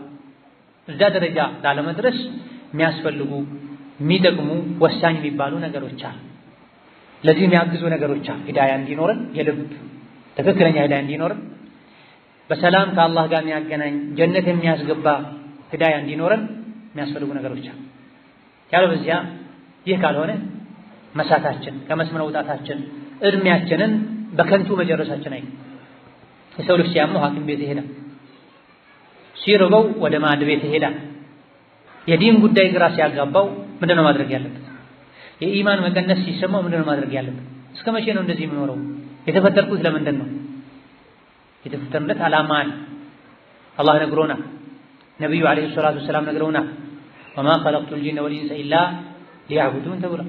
ሰውም ይሁን ጂን አልተፈጠሩም አላህን ተባረከ ወተዓላ በብቸኝነት ሊገዙና ሊያመልኩ እንጂ ተብሏል። ይህ ትልቅ ዓላማ ነው። ሰማይ ምድር የተፈጠሩለት ዓላማ ነው። እኛም የተፈጠርነው ለዚህ ሆኖ እንዲሁ እንደ እንስሳት በልተን ጠጥተን ደልበን ከዛም የዱንያ ህይወታችን ሲያበቃ ሞተን ልንቀበር አይደለም። ከሞት በኋላ ሌላ ህይወት ይጠብቀናል። ይህ ከሞት በኋላ ያለውን ህይወታችንን ያማረ የሰመረ የተስተካከለ ለማድረግ ምንድነው የሚያስፈልገው? ይህ የብልህ ሁሉ ጥያቄ ብልህ የሆነ አስተዋይ የሆነ የገባው ሰው ሁሌ ይሄን ጥያቄ ራሱን ሊጠይቅ ይገባዋል። አላህ ተባረከ ወተዓላ ይሄን የሂዳያን ዓላማ ለማሳካት የሰው ልጆችን ለማቃናት ለማስተካከል የእሱን መንገድ ለማሳየት የጀነትን ጉዞ ለማስጀመር ነቢያትን ልኳል። መጽሐፍትን አውርዷል። ቁርአን የወረደው ተውራት፣ ኢንጂል የወረደው ዘቡር፣ ፉርቃን የወረደው ለዚህ ነው። ነቢያት በተከታታይ የተላኩትም ለዚህ ነው። የሰው ልጆችን ከጨለማ ከጅህልና ከጥመት አውጥቶ የጀነትን መንገድ ለማሳየት። ሰውነታችን ምግብ ከሌለ ውሃ ከሌለ እንደሚጎዳ ሁሉ ልባችን ሂዳያን ካላገኘ ይጎዳል። ሰላም አያገኝ፣ ምቾት አይሰማው። ያማረ የተስተካከለ ህይወት ማለት የኢማን ህይወት፣ የዲን ህይወት፣ የሂዳያ ህይወት። ቀጥ ባለ መንገድ ግልጽ በሆነ መንገድ ስንሄድ ወደ አሰብነው እንደምንደርሰው ሁሉ የሂዳያን መንገድ ይዘን ስንሄድ ብቻ ነው ወደ ጀነት የምንደርሰው። ቀን ከሌት ሊለፋለት የሚገባ ጉዳይ ቢኖር ሂዳያ። ሁሌ ተገናኝተን ልንመካከርበት ልንወያይበት የሚገባ ጉዳይ ቢኖር ሂዳያ። ዛሬ ሰዎች ስለ ፖለቲካ፣ ስለ ቢዝነስ፣ ስለ ብሔር፣ ስለ ተለያዩ ነገሮች ተገናኝተው ያወራሉ። ስለ ዲን፣ ስለ ኢማን፣ ስለ አኼራ ግን መመካከር ብዙም የለም። በዚህ መልኩ ተሰብስቦ መማር ትልቅ የአላህ ኒዕማ የጀነት መንገድ። ነገር ግን በዚህ ብቻ ማብቃት የለበትም። የሰማነውን ወደ ተግባር መቀየር፣ ቀድመን ራሳችን ውስጣችንን ማንቃት፣ ራሳችንን መጠየቅ ይገባል። መጥቶ መስማቱ አንድ እርምጃ ነው። መጽሐፍ ገዝቶ ማንበቡ አንድ እርምጃ ነው። ያልገባንን ዑለሞችን ሄደን ደውለን መጠየቁ አንድ እርምጃ ነው። ነገር ግን ይህ ሁሉ ተደምሮ እኔ ላይ ምን ያሳደረው ተጽዕኖ አለ? ምን ያክል ተቀይሬያለሁ? በሰማሁት ምን ያክል ተጠቅሜያለሁ ልንል ይገባል። ይሄን ለማሳካት የሚያግዙ ነገሮች አሉ። ቀጥተኛው መንገድ ለማወቅ ቀጥተኛው መንገድ ላይ ለመጽናት የልብ መመራትን፣ መቃናትን፣ መስተካከልን ለማግኘት የሚረዱ ነገሮች አሉ። ሂዳያን ለማግኘት ትክክለኛውን የአላህን መንገድ ለማወቅና እዛ ላይ ለመጽናት ከሚያግዙ ከሚረዱ ነገሮች መካከል የመጀመሪያው አላህን ተባረከ ወተዓላ እገዛ መጠየቅ። ያለ አላህ ተባረከ ወተዓላ ፈቃድ ያለ አላህ እገዛ ሊሆን የሚችል ነገር ምንም የለም። ያለ አላህ ተባረከ ወተዓላ ፈቃድ ሊሆን የሚችል ሊሳካ የሚችል ስኬት የለም። የስኬቶች ሁሉ ስኬት ሂዳያ ማግኘት ነው ብለናል። መመራትና መቃናት ነው ብለናል። የሰው ልጅ ትክክለኛውን የአላህን መንገድ ሲያገኝና በዛ ላይ ህይወቱን ሲመራ ነው የዱንያ ህይወቱ እንኳን የሚያምረው ከአኺራው በፊት። የአላህን መንገድ ተከትሎ የማይሄድ ሰው ህይወቱ ከእንስሳት ህይወት በምንም አይለይም። ይህንንም አላህ በቁርአን በግልጽ ቃል ነግሮናል። ኡላኢከ ከልአንዓሚ በል ሁም አضل። አላህ በሰጣቸው ጆሮ አላህ ያዛቸው ማይሰሙ፣ አላህ በሰጣቸው ልብ ስለ አኺራ ስለ አላህ ማያስቡ ኢላ አኺሪሂ እነዚህ እንደ እንስሳ ናቸው ከዛም የከፉ ናቸው ብሏል ተባረከ። ስለዚህ አላህ ተባረከ ወተዓላ ሂዳያን እንዲሰጠን ትክክለኛው መንገድ እንዲመራ ያወቅነውን ነገር ለመተግበር እንዲያግዘን በሰላም ከሱ ጋር እስክንገናኝ ድረስ ከቀጥተኛው መንገድ ሳንወጣ ጸንተን እንድኖር አላህን ተባረከ ወተዓላ እገዛ መጠየቅ ይኖርብናል። ለዚህ ነው በየሶላቱ ኢያከ ነዕቡዱ ወኢያከ ነስተዒን ያለን ውለን የምናድረው። ቅድም ኢህዲነ ሲራጠል ሙስተቂም ላይ እንዳልነው ይሄንንም ሁሉም ነው የሚለው ወልዮችም ተቅዮችም ሷሊሖችም ዑለሞችም አዋቂዎች አላዋቂዎችም ወንዱም ሴቱም ሕፃኑም አዋቂውም ኢያከ ነዕቡዱ ወኢያከ ነስተዒን ሲል ነው የሚውል። አንተም ብቻ ነው የምንገዛው፣ ከአንተም ብቻ ነው እገዛ የምንፈልገው ማለት ነው። አላ እሙር ዱንያ ወዲን ለዲን ለዱንያ ለትንሽ ለትልቁ አጋዣችን አላህ። ከአላህ ውጪ ሙታንን አግዙኝ ማለት፣ ሞት የተቀበሩ ወልዮችን ሷሊሖችን አግዙኝ እርዱኝ ማለት ፈጽሞ አይቻልም። ከአላህ መንገድ ያወጣል። ዋናው ትልቁ መንገድ ተውሂድ የአላህን ብቸኝነት ማወቅ። ትልቅ አደጋ፣ ትልቅ መከራ፣ ትልቅ ውርደት ደግሞ የተውሂድ ተቃራኒ የሆነው ሽርክ ነው። የሰው ልጅ ምንም ጉዳዩ ቢያምር ቢስተካከል ቢሟላ ከሽርክ ካልጠራ እሱ ያለው አደጋ ላይ ነው። ገደል ውስጥ ነው ያለው፣ በእሳት የተሞላ ገደል ውስጥ። ተውሂድን ከያዘ ደግሞ ሁሉም ነገር ቀላል ነው። ህይወቱ የተረጋጋ ይሆናል፣ ሰላም የተሞላበት ይሆናል። አለዚነ አመኑ ወለም የልቢሱ ኢማነሁም ቢዙልም ኡላኢከ ለሁሙል አምኑ ወሁም ሙህተዱን። እነዚያ በአላህ ያመኑ በአላህ ምንም ያላሻረፉ እምነታቸው ላይ የሽርክን በደል የማዕሱያን በደል ወንጀልን ያልቀላቀሉ እነሱ የተሟላ ሰላም፣ ደህንነት፣ ጸጥታ አለላቸው። የተመሩ የተቃኑ ማለትም እነሱ ናቸው ይላል። አንድ ሰው አላህን ትቶ ለቀብር ካረደ በሸሪዓው ረዱ የተባለው ለዒድ ነው፣ ለዓረፋ ነው፣ ውድሕያ ለዓቂቃ ነው፣ ለሐጅ ነው። እንግዳህን ለማክበር በጥሩ ስጋ በትኩስ ስጋ ለማክበር ለእንግዳህ ልታረድ ትችላለህ። ከዛ ውጪ ሰውን ለማክበር ተብሎ ራሱን ለማክበር ተብሎ እኛ ቤት ገብቶ ሳይታረድለት መውጣት የለበትም። ደም ሳይፈስ መውጣት የለባቸው እሳቸው ተብሎ ሰውን ላክብሮት ብሎ ስጋው ተፈልጎ ሳይሆን ከታረደ ሽርክን የወሊ የሷሊህ የደጋጎች የአውሊያዎች ቀብር ጋር ብሎ ወስዶ ማረድ ሽርክን። ወልዮችን ሷሊሖችን ጠብቁኝ ብሎ መለመን ከሞቱ በኋላ ሽርክን። አጠገብህ ካለ አንድ ሰው ትንሽ ተኝቼ ልነሳ ነው፣ አካባቢው ያስፈራል፣ እዚህ ጋር ሆነ ጠብቀኝ፣ ችግር የለም። ሰው በሚችለው ነገር ጠብቀኝ የሚባል ችግር የለም። አንድ ሰው ግን ከሞተ ከተቀበረ በኋላ እሳቸው ይጠብቁኛል፣ እሳቸው ይሰጡኛል፣ እሳቸው ይደርሱልኛል ብሎ ማመን ትልቁ ሽርክ ነው፣ ከእስላም የሚያስወጣ ማለት። ኢያከ ነዕቡዱ አንተን ብቻ ነው የምንገዛው፣ ምን ለምነው አላህን ብቻ ነው። ልጅ ስጡኝ፣ ጤና ስጡኝ ተብሎ ቢለመን ማንም የለም። ዱንያ አኺራዬ በእርሶ እጅ ነው ያለው፣ በእርሶ መጀን፣ እርሶ እንዲህ ያድርጉኝ፣ በኪሶ ያድርጉኝ፣ ይደብቁኝ፣ እጄን ያዙኝ። ይሄ ከፊሉ ሽርክ ነው፣ ከፊሉ ቢድዓ ነው፣ ከቀጥተኛው መንገድ የሚያወጣ ዙልም ነው፣ ራስን መበደል። ታዲያ በየሶላቱ ኢያከ ነዕቡዱ አንተን ብቻ ነው የምገዛው፣ አንተን ብቻ ነው ማመልከው፣ በአንተ ብቻ ነው የምምለው፣ አንተን ብቻ ነው የምፈራው፣ አንተን ብቻ ነው የምከጅለው፣ በጭንቅ በመከራ ጊዜ አንተን ብቻ ነው ድረስልኝ ምለው እያለን ሶላት ላይ ወኢያከ ነስተዒን። ይሄን ለማሳካትም ይሁን ሌሎች የዱንያ ጉዳይ ላይ እገዛ የምፈልገው አንተን ነው ካንተ ነው ነው። ምን ሴት ልጅ ምጥ ሲበረታባት አላህን ነው መጥራት ያለባት፣ አላህን ነው መጠየቅ ያለባት እንጂ ፋጢመቱ ዘህራ ምጡ ነግሪልኝ፣ ያ ረሱላህ ድረሱልኝ። ወከዛልክ በየአካባቢው ያሉ ሰዎች የተሳሳተ እምነት ውስጣቸው ላይ ይዘው ያግዛሉ፣ ይረዳሉ፣ ይደርሳሉ የሚሏቸው መሻይኾች አሉ። ሰዎች ናቸው። ከአላህ በታች ያለ ሁሉ ከሞተ በኋላ ስራ ይቋረጣል። ስልጣን የለም። በህይወት ያሉትም ቢሆኑ በራሳቸው ጉዳይ ካልሆነ በስተቀር በከውን በፍጥረታት ጉዳይ ጣልቃ ገብተው የሚወስኑት ነገር የለም። አሻሂድ ኢያከ ነዕቡዱ ወኢያከ ነስተዒን ዕለታዊ ዱዓ ለሙእሚኖች አንተን ነው እገዛ የምንጠይቀው። በምንድን ነው አላህን እገዛ የምንጠይቀው? የሚጠቅመን ነገር ላይ የሚጠቅመንን ለማሳካት የሚያስፈልገንን ለማሟላት የሚጎዳንን ነገር ለማራቅ ከምንፈራው ነገር ለመዳን እገዛ የምንጠይቀው አላህን።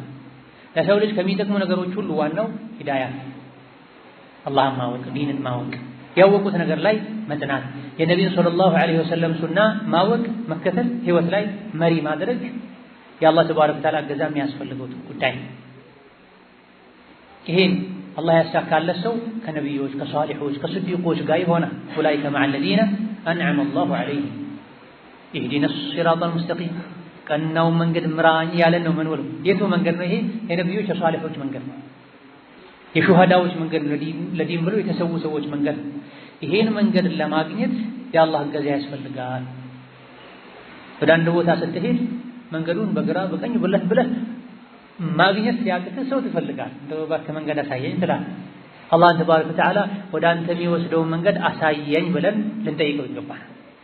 እዚህ ዱንያ ላይ ስንጓዝ መንገድ ከጠፋን የተወሰኑ ሜትሮችን ኪሎ ሜትሮችን ብንስት ነው ብንደክም ነው። ዞሮ ዞሮ ወደ ሄድንበት መምጣት እንችላለን።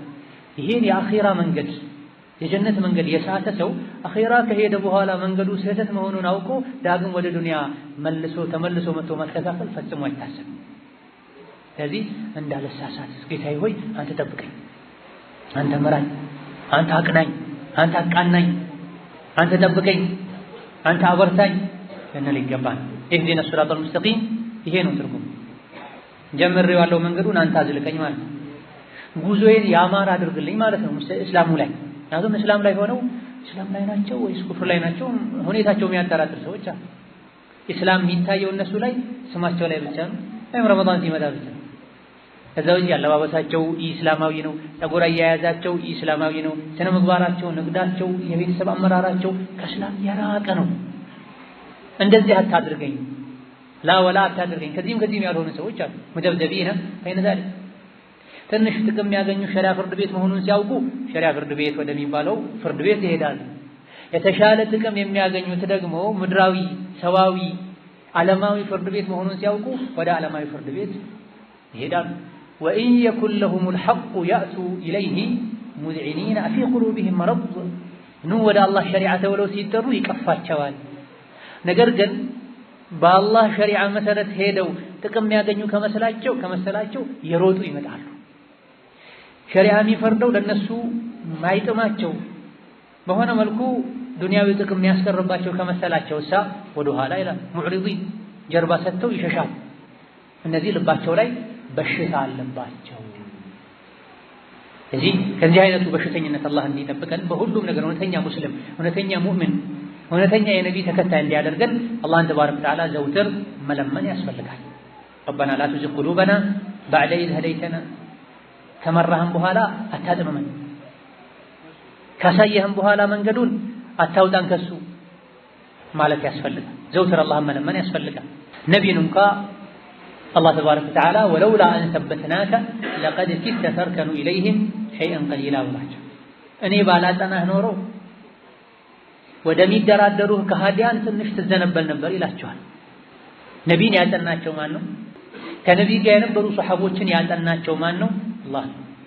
ስለዚህ ያ ሙቀሊበል ቁሉብ ያ ሙሰቢተል ቁሉብ አንተ ልቦችን የምታጠና ልቦችን የምትገለባብጥ ጌታ ሆይ ልቤን ወደ ኸይር ገልበጥ አድርግልኝ፣ ልቤን ኸይር ላይ አጥናልኝ ልንለው ይገባል። ዩሰቢቱ ላሁ አለዚነ አመኑ ቢልቀውሊ ሳቢት ፊል ሐያቲ ዱንያ ወፊል አኺራ ወዩዲሉ ላሁ ዛሊሚን ያመኑን አላህ ተባረከ ወተዓላ ትክክለኛው ቃል ላይ ኢማን ላይ ያጠናቸዋል በዱንያም አኺራም ላይ ጣረሞት ላይ ሲደርሱ ብሎ በዳዮችን አወላዋዮችን ግፈኞችን ወንጀለኞችን ደግሞ እምቢ ባዮችን ያስታቸዋል። ይሄ ሁሉ ያለው በአላህ እጅ ነው። እጁ ላይ ያለውን አላህ ጋር ያለውን ኸይር ዘውትር አላህን እንጠይቀው ይገባል። ማንም ከምግብ ከመጠጥ እንደማይብቃቃ ሁሉ የአኺራ ህይወት የሚፈልግ ሰው ከሂዳያ አይብቃቃም። ሲርበን ፈጥነን ርቦኛል አብላኝ እንደምንለው አላህ ስራ ስጠኝ እንደምንለው ስንታመም ጤናችን ሲዛባ ጤና ስጠኝ እንደምንለው አላህን ዘውትር አንተ ከመራሃቸው ባሮችህ አድርገን اللهم اهدني ايش لمن هديت ይሄ ነብዩ ሰለላሁ ዐለይሂ ወሰለም ለልጅ ልጃቸው ለሐሰን ያስተማሩት ዱዓ አላህ ሆይ ከመራሃቸው ሰዎች ጋር ምራኝ ከተመሩት አድርገኝ ከኩፍር ከጥመት ከወንጀል አፊያ ካደረካቸው ከገላገለካቸው ሰዎች ጋር አድርገኝ ገላገኝ ነው በዱንያም በአኺራ ደህንነትን ሰላምን ጠይቃለሁ ከኩፍር ከሽርክ ከቢድዓ ከወንጀል ከጠሩ ባሮች አድርገኝ ብለን አላህን ተባረከ ወተዓላ እንድንለምነው ነብዩ አለይሂ ሰላቱ ሰላም አስተምረው። ሁለተኛው የሂዳያ የመቃናት የመስተካከል ሰበብ ከቁርአን ጋር ያለን ግንኙነት ማጠናከር ማሳመር። ቁርአን የሂዳያ ምንጭ ነው። ሲጀምርም ቁርአን የወረደው ለሂዳያ ነው። ቁርአን የወረደው የሰው ልጆች ሊመሩበት ነው። ቁል ነዘለሁ ሩሑል ቁዱስ ሚን ረቢከ ቢልሐቅ ሊዩሰቢተ አለዚነ አመኑ ወሁደን ወቡሽራ ሊልሙስሊሚን። ቁርአንን ከአላህ ዘንድ አድርስ ተብሎ ጅብሪል ነው ያወረደው። ለምንድን ነው ያወረደው? ያመኑትን ሊያጠናበት ወሁደን መመሪያም መቃኛ መስተካከያም እንዲሆን በጀነትም ሊያበስር እነማንን ሙስሊሞችን። ቁርአን የወረደው ለነዚህ ዓላማዎች ነው ማለት። ከቁርአን ዓላማ አንዱ አማኞችን ማጽናት፣ ቁርአንን ቃሉን መቅራት፣ የቻሉትን ያክል መሐፈዝ፣ ትርጉሙን መማር፣ ህጉን መተግበር የሂዳያ ዋስትና ነው። እኔ ጥናት አጣሁኝ ያዝለቀቅ ማድረግ በሽታ ተጠናወተኝ ያሉ ስሞታም ያቀርቡ ሰዎች ከይፈ ሐሉከ መዐል ቁርአን ሊባሉ ይገባል። ከቁርአን ጋር ያለው ሁኔታ ምን ይመስላል? ቁርአንን ግድግዳ ላይ ሰቅሎ ቤት ጠረጴዛ ላይ አስቀምጦ ወይም መኪና ዳሽቦርድ ላይ ለፀሐይና ለአቧራ አጋልጦ ሂዳያ ማግኘት አይታሰብም። ሰውነታችን አቅም እንዲያገኝ በየቀኑ ውሃ መውሰድ ምግብ መውሰድ እንዳለብን ሁሉ ኢማናችን እንዳይንገዳገድ ጽኑ እንዲሆን ጠንካራ እንዲሆን ምን ያስፈልገዋል? ቁርአን ያስፈልጋል።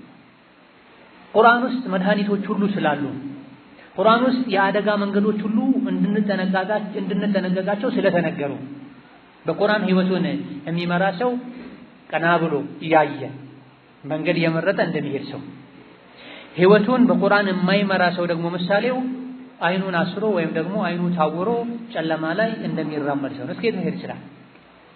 የህይወቱን መመሪያ መሪ ቁርአን ያደረገ ሰው ግልጽ የሆነ መንገድ ላይ አስፋልት ላይ ያውም እያየ መንገድ እየመረጠ እንደሚሄድ ሰው ነው። ቁርአን ከህይወቱ የወጣ ከቁርአን የራቀ ሰው ደግሞ አይኑን አስሮ ጨፍኖ አልያ ደግሞ አይኑ ጠፍቶ ታውሮ ለመሄድ እንደሚሞክር ሰው 1 ኪሎ ሜትር 1 ሜትር በሰላም መጓዝ አይችልም፣ ይደናቀፋል፣ ይወድቃል። ወከዛልክ ያለ ቁርአን ያለ ዒልም ያለ እውቀት የሚጓዝ ሰው የአኺራ ጉዞ ተመሳሳይ ነው። ማድረግ የሌለበትን ያደርጋል በጅህልና ወይም በኢማን ማነስ ምክንያት። ያለ ቁርአን የሚጓዝ ሰው ማድረግ የሌለበትን ያደርጋል የአኺራ ጉዞ ላይ ወይም ባለማወቅ ወይም በኢማን መድከም። ሁለቱንም በሽታዎች ደግሞ ቁርአን ያክማቸዋል። የእውቀት ማነስን ቁርአን ጠራርጎ ያስወግደዋል፣ ያስተምርሃል፣ ያሳውቅሃል። አርሰለ ረሱለሁ ቢልሁዳ ወዲኒል ሐቅ። ሁዳ ማለት ዒልም ማለት ነው። ዲኑል ሐቅ ማለት መልካም ስራ ማለት ነው። ቁርአን የወረደው ነብይ የተላኩት እውቀትና ተግባርን ይዘው ነው። በዐተ ፊል ኡሚይነ ረሱለን ሚንሁም የትሉ ዐለይሂም አያቲሂ ወዩዘኪሂም። ለሰው ልጆች ቁርአንን አስይዞ ነቢይን የላካቸው ያሳወቁ ያጸዷቸው ያንጿቸው ዘንድ ነው። ከዚህ የሰው ልጅ ካላወቀ የእውቀት ምንጭ የሆነውን ቁርአን ካልተጠጋ ካልተማረ ካልቀራ ያልገባውን ካልጠየቀ መንገድ እንደማያውቅ ሰው ይሄዳል። ሄዶ የአንበሳ መንጋጋ ውስጥ ሊገባ ይችላል።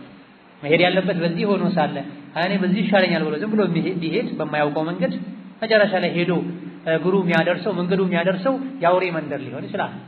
የአንበሳ የጅብ ቀለብ ሊሆን ይችላል። ሀከዛ የቁርአንን መንገድ ትቶ ዝም ብሎ የሚጓዝ ሰው መጨረሻ የምትቀበለው ጀሀነም ልትሆን ይችላል። ቀብር ሲገባ ሊደናገር ይችላል። በቂ ስንቅ ሳይዝ አላህ ፊት ሊቀርብ ይችላል። ወንጀል ተሸክሞ አላህ ፊት ሊቀርብ ይችላል። ወቀድ ኻበ መን ሐመለ ዙልማን። ቁርአንን ሐዲስን ቸላ ያለ በግምት የተጓዘ በሀዋ የተጓዘ አላህ ፊት ይዋረዳል። ውርደቱን ወንጀሉን ተሸክሞ ይቆማል። ኢዳ ቁርአን የወረደው ሊኑሰቢተ ቢሂ ፉአደክ ሌላኛው ቁርአን ላይ አንቀጽ ላይ እንዳለው ልብህን ልናጸናበት ነው ቁርአንን ከፋፍለን ያወረድነው። በቁርአን የተሞላ ልብ ጽኑ ነው። ስር እንደሰደደ ረጅም ዓመት ተተክሎ እንደቆየ ዛፍ ማለት ሲሞት እንጂ ቦታውን አይለቅ። የሰው ልጅ በኢማን በቁርአን ልቡ ከታጨቀ ቁርአን በ23 ዓመት ነው የወረደው። 23 ዓመት ሙሉ ተከፋፍሎ የወረደበት ምክንያት ለልቦች የጽናት ውሃ ለማጠጣት። ሰሐቦች የተለያዩ የሚረብሹ የሚፈታተኑ ነገሮችን ሲያዩ ሲሰሙ ነብይ ጋር ይመጣሉ። ነብይ ጋር ሲመጡ ነብዩ ምንም ያደርጉላቸው የሚያክሟቸው ቁርአን ያነቡላቸው። ምድር ላይ ተከስቶ አነጋጋሪ አስቸጋሪ በሆነው ጉዳይ ላይ አዲስ የቁርአን አንቀጾች ይወርዳሉ። ሙእሚኖች ሲሰሙት ይጸናሉ፣ ይረጋጋሉ። አንዴ ወርዶ ቢያበቃ ይለምዱታል ሰዎች። አዲስ አይሆን አይዝራን መሐመድ አውቆ አዘጋጅቶትም ነው ይሉ ነበር አላዋቂዎች። ይህ እንዳይባል አዲስ ክስተት በተከሰተ ቁጥር ከሰማይ ቁርአን ይመጣል። 5 አንቀጽ 10 አንቀጽ ይመጣል። ውስጣቸው ላይ የነበረውን ብዥታ ያስወግድላቸው። ውስጣቸው ላይ ተፈጥሮ የነበረውን የአቅም ማጣትን ችግር ያክምላቸዋል። በአዲስ ኃይል በአዲስ መንፈስ ለዲን መታገልን ይቀጥላሉና የኛም መጋቢያችን የኢማናችን መጋቢ የልባችን ብርታት ቁርአን ሊሆን ይገባዋል። በአንድ በኩል ቁርአን ያላወቅነውን ያሳውቀናል፣ በሌላ በኩል እያወቀን የምናጠፋውን ነገር ችግር ያስወግድልናል። ኢማናችን እየጨመረ ወንጀል በመስራት የሚመጣውን መዘዝ እየነገረን ኸይር ስራ በመስራት የሚገኘውን ጥቅም እየነገረን ያበስረናል። ሱረቱ አልኢስራ ላይ ይሄን አላህ ነግሮናል። ኢነ ሀዘል ቁርአነ የህዲ ሊለቲ ሂየ አቅወም ወዩበሽሩ ልሙእሚኒን አለዚነ ያዕመሉነ ሷሊሓት አነ ለሁም አጅረን ሐሰና ወአነ ለዚነ ላ ዩእሚኑነ ቢልአኺረቲ አዕተድና ለሁም ዐዛበን አሊማ። ቁርአን አማኞችን ያነሳሳል፣ ያበስራል። እምቢ ባዮችን ደግሞ አሳማሚ በሆነ ቅጣት ያስፈራራል፣ ያስጠነቅቃል ተብሏል። አብዱላህ ብኑ መስዑድ ታላቁ ሰሐቢ የቁርአን ሰው ቁርአን ከሰማይ እንደወረደው ትኩሱን ጣፋጩን መቅራት የፈለገ ሰው እንደሱ ይቅራ ብለው ነብይ የመሰከሩላቸው ሰሐቢ ምን አሉ? አንዱ መጥቶ እኔ ሙፈሰልን ከሱረቱ ቃፍ ወይም ከሱረቱ አልሑጁራት እስከ ሱረቱ ናስ ያለውን በአንድ ሌሊት ቀርቼ ጨርሳለሁ ሲላቸው ብዙ በመቅራት ሂዳያ የሚገኝ ጥቅም የሚገኝ መስሎት ይሄን ሲነግራቸው ቁርአን እንደዚህ ሊቀራ አይደለም የወረደው። አንዳንድ ሰዎች ቁርአንን ይቀሩታል፣ ከጉሮሯቸው አልፎ አይወርድም። ቁርአንም ይጠቅመዋል። ቁርአን የሚጠቅመው ወላኪን ኢዛ ወቀዐ ፊል ቀልቢ ፈረሰኸ ፊህ ነፈዐ። ይሄ ሙስሊም የዘገቡት ቁርአን ዝም ብለህ ስላነበነብከው ዝም ብለህ ስለሰማኸው ብቻ ሂዳያ አይመጣም፣ ህይወት አይለወጥም። ይልቅ ቁርአን የሚጠቅመው የሚመራው የሚያቃናው የሚያስተካክለው ቀስ ብለህ ቀርተኸው አስተንትነኸው ትርጉሙን አውቀኸው ወደ ህይወትህ ወደ ዕለት ተዕለት ኑሮ ሲመጣ ይሄን አላደርግም ቁርአን ስለከለከለ፣ ይሄ ሊያመልጠኝ አይገባም ቁርአን አድርጉ ብሎ ስላዘዘ ማለት ሲጀምርና ልብህ ውስጥ ሲያርፍ ይሄን ነው የሚጠቅመው። የተጫወቱ የሳቁ ቁርአን የሚሰሙ ሰዎች ቁርአን የሚፈሰርበት የሚብራራበት መጅልስ ላይ ቁጭ ብለው ቻት የሚደራረጉ ሰዎች አሉ። ቁርአን መድኃኒት ነው። ለሳምንት ተብሎ የተሰጠህ መድኃኒት በአንዴ ውጠዋለሁ ብትል ትሞታለህ። በስርዓቱ ከወሰድከው ትጠቀማለህ። ቁርአንንም ዝም ብለው የሚያነቡ ሰዎች የመመራት ሰበብ መሆኑ ቀርቶ ሊያጠማቸው ይችላል። ይሄን የሆኑ ያደረጉ ሰዎችም አሉ። ኸዋሪጅ የሚባሉ ሰዎች አሉ። ከሙስሊሞች አፈንግጠው የወጡ ካፍሮችን ትተው ሙስሊሞች የሚገድሉ ሙእሚኖች የሚገድሉ ሰውን በጥቃቅን ወንጀል የሚያከፍሩ ሰዎች አሉ። የዚህ የተሳሳተ እምነትና አካሄዳቸው መነሻው ምንድነው? ቁርአንን በመሰላቸው መልኩ መረዳታቸው።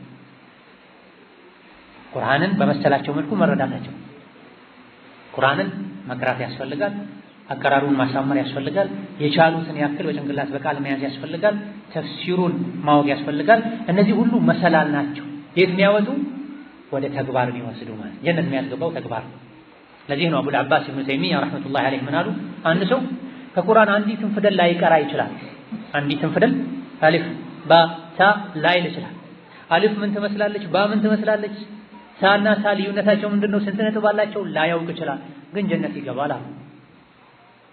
በተጋዳሚው አንድ ሰው ቁርአንን አሳምሮ ቀን ከሌሊት ሊቀራ ይችላል። ግን ጀነት አይገባም። ለምን? አሊፍ ባ ታ የማያውቀው የቁርአን ህግ ነው። ቁርአን ይሄን አዟል፣ ቁርአን ይሄን ከልክሏል ባሉት ቁጥር እየተከለከለ ነው፣ እየተገበረ ነው። የሚፈለገው መስራቱ ነውና አሊፍ ባታን ባያውቅም የአሊፍ ባታ መሰላል መወጣጫ የሆነውን ተግባሩን ግን ስላሟላ ቁርአን ሲተረጎምለት ተቀብሎ ስለሰራ ጀነት ይገባል። ነገር ግን ሌላኛው ግቡ ዓላማው ስራው ማንበብ ብቻ ነው። አሳምሮ ያነባል፣ ይሐፍዛል፣ ያስሐፍዛል፣ ግን አይሰራበት። ወላ ተቅረቡ ዚና ዝሙትን አትቅረቡ ይላል ቁርአን። ዝሙት ያጨማልቅ። ወላ የግተብ ባዕዱኩም ባዕዳ ከፊላችሁ የከፊሉን ስጋ አይብላ፣ ሙስሊም ወንድምህን እንዳታማ፣ በሌለበት ስሙን በመጥፎ አታንሳ ይላል ቁርአን። ግን ቀኑን ሙሉ አላህ የሰጠውን ሐላል የእንስሳት ስጋ ትቶ የሰው ስጋ ሲበላ ይውላል። ታዲያ ቁርአኑን አሳምሮ ስለቀራው ጀነት አይገባም እስካልሰራበት ድረስ። ሄዳ ቁርአንን ስንቀራ ለተግባር ሊሆን ይገባዋል። ሌላኛውና ሶስተኛው የሂዳያ ሰበብ የደጋ ቀደምቶችን ታሪክ ማንበብ፣ የሰሐቦች ከዛም በፊት የነቢያት የኢብራሂም፣ የሙሳ፣ የኢስማኤልን ታሪክ ማንበብ ሂዳያ እንዲኖረን ያደርጋል። በተለያዩ የቁርአን አንቀጾችም ይሄን አላህ በግልጽ ነግሮናል። ለቀድ ካነ ፊ ቀሰሲሂም ዒብረቱን ሊኡሊል አልባብ። የተለያዩ ነቢያትን ታሪክ በመተረክ ውስጥ አለ ልብ ላላቸው ትምህርት አለ፣ ቁም ነገር አለ ይላል።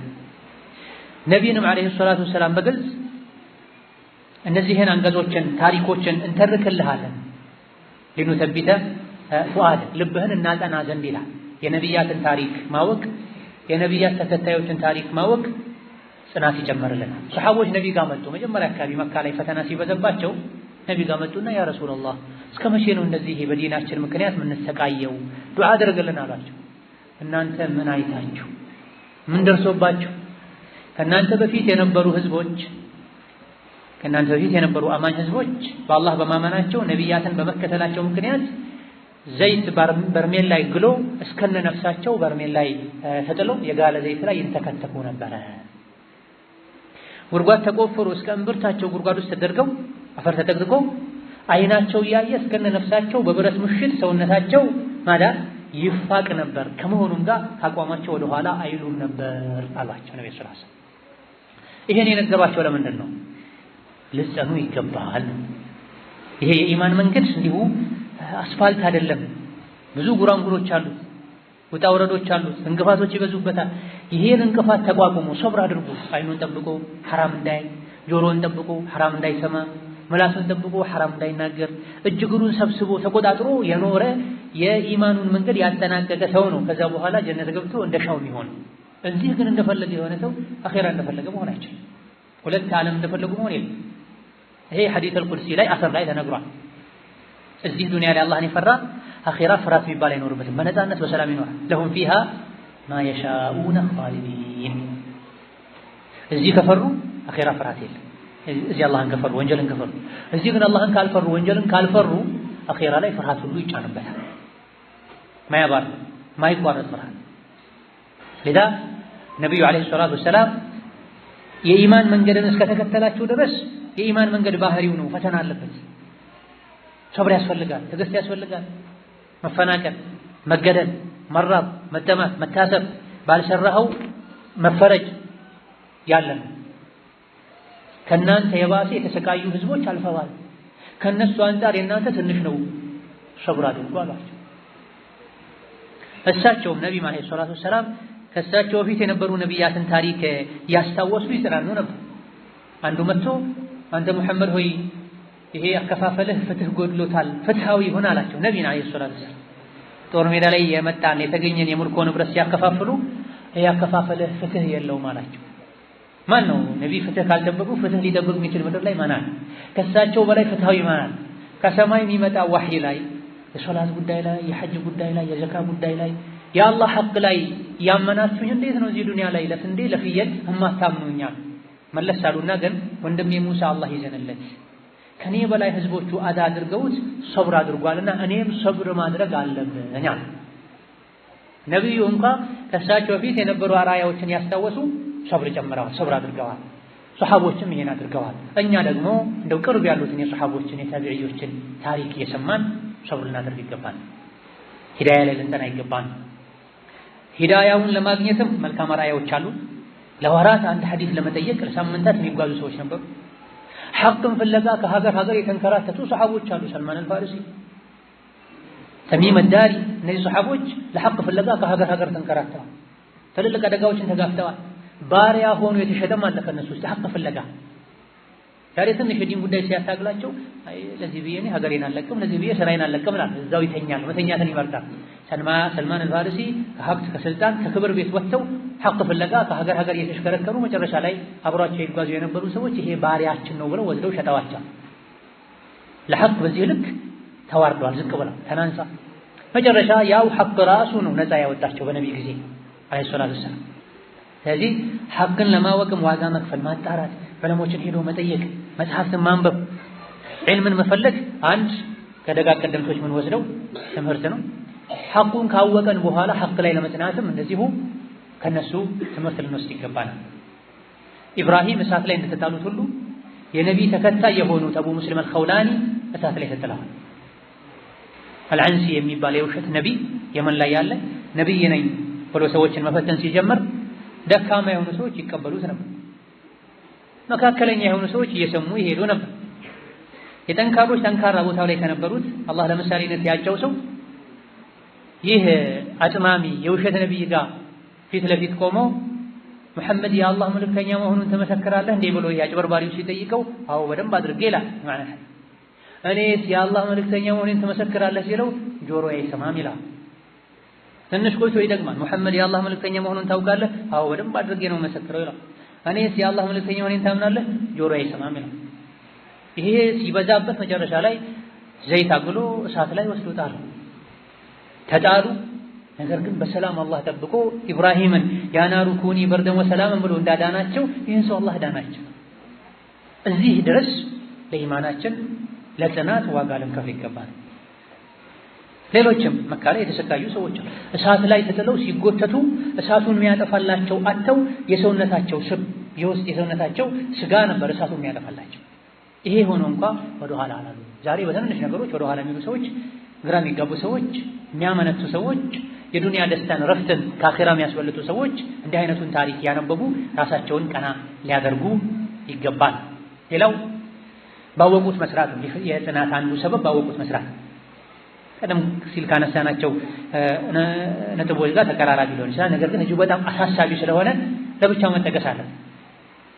ሞባይል ውስጥ ስንት መቶ የድምፅ ፋይሎች አሉ። ስልክስ ላይ ስንት መቶ ምናልባትም ሺህ ሊደርሱ የሚችሉ ከተለያዩ ሶሻል ሚዲያዎች ግሩፖች የሚመጡ ኦዲዮዎች አሉ። ስንቱን ሰምተነዋል በትክክል? ምን ያክሉንስ ወደ ተግባር ቀይረነዋል? ቤታችን ውስጥ ስንት መጽሐፎች አሉ? ምን ያክሉን አንብበን ወደ ተግባር ቀይረነዋል? ለማወቅ መነሳሳት አንድ ነገር ነው። ስልኮች ላይ ደርስ ማስጫን አንድ ነገር ነው። ኪታብ መማር አንድ ነገር ነው። ነገር ግን አንድ ሐዲስ ተምረን አንድ እርምጃ ወደ ጀነት ፎቅ ካልወጣን ወደ አላህ ካልተጠጋን መማሩ ፋይዳው ነው። ስለ ውሸት የሚያስጠነቅቅ ሙሐደራ ቀኑን ሙሉ ሰምተን ሙሐደራው ስልኩ ደክሞት ባትሪ ጨርሶ ሲዘጋ እኛ ውሸቱን የምንጀምረው ከሆነ ፋይዳው ነው። ስለማጭበርበር፣ ስለማታለል፣ ስለ ፌክ ዕቃ አቅርቦት ወንጀልነት ሰምተን ያታለለ ከኛ አይደለም የሚለውን ሰምተን ስንወጣ ወደዛው ስራ የምንሄድ ከሆነ ፋይዳው ነው። ሴት ልጅ ቅንድቧን ስለመቀንደብ ሰምታ አሁንም መቀንደቢያ አንስታ የምትቀነደብ ከሆነ የመስማቱ ፋይዳ ምንድን ነው? አጅነቢን ስለመጨበጥ ሰምተን ወደዛው የምንሄድ ነው ጥቅሙ ምንድን ነው? ስለ እስላማዊ አለባበስ ሰምተን አንድ ደረጃ አድገን በተግባር አለባበሳችን እስላማዊ ካላደረግነው የመስማቱ የማወቁ ፋይዳ ምንድን ነው? ብዙ እናውቃለን እንሰማለን፣ ግን ምንሰራው ጥቂት ነው። የሚለውጠው ተግባር። አንድ ሰው ተምሮ ከህፃንነት ጀምሮ እስከ 12 ከ12 በኋላም በመረጠው ዘርፍ ከፍተኛ የትምህርት ተቋም ገብቶ 6 ዓመት 10 ዓመት ተምሮ ከዛ በኋላ ቤት ዝም ብሎ ብርድ ልብስ ተጠቅልሎ ቁጭ ካለ የመማሩ ጥቅም ምንድን ነው? ተማረ የሚባለው መማሩ ለሱም ለሀገር የሚጠቅመው ከተማረበት ሙያ ላይ ዝቅ ብሎ ደክሞ ሲሰራ ለሀገርም ለህዝብም ለራሱ የሚጠቅመው የሚጠቀመው። የዲን ጉዳይም የሂዳያ ጉዳይም ይሄው የዲን ጉዳይም ይሄው ባወቅነው እስካልሰራን ድረስ የአላህን ተባረከ ወተዓላ ሂዳያ ወይም እገዛ ማግኘታችን የቂያም ቀን የሰው ልጅ አንድ እርምጃ እንኳን ተራምዶ ወደፊት መሄድ አይችልም ስለ እውቀቱ ተጠይቆ መልስ እስካልሰጠ ድረስ ተብሎ 5 ነገሮች አሉ። 5 ጥያቄ ተጠይቆ መልስ ያልሰጠ ሰው የአኺራን ኬላ ማለፍ አይችልም። የዱንያን ኬላ ሁላችንም እናውቃለን፣ እንጠነቀቃለን። ፊት ለፊት ኬላ አለ፣ ፊት ለፊት ፖሊስ አለ ትራፊክ አለ ብለው ሰዎች ሰብሰብ ይላሉ። መኪና ላይ የደህንነት ቀበቶ ያላሰሩ ወደ ማሰር ይሄዳሉ። ትራፊክ ጋር ሲደርስ ፍተሻ ያለበት ቦታ ላይ ኬላ ላይ ድንበር ላይ መታወቂያቸውን ያዘጋጃሉ ሰዎች። ህገወጥ አነዳድ የሚነዳ አነዳዱን ያስተካክላል። ፊት ለፊት ምን ስላለ?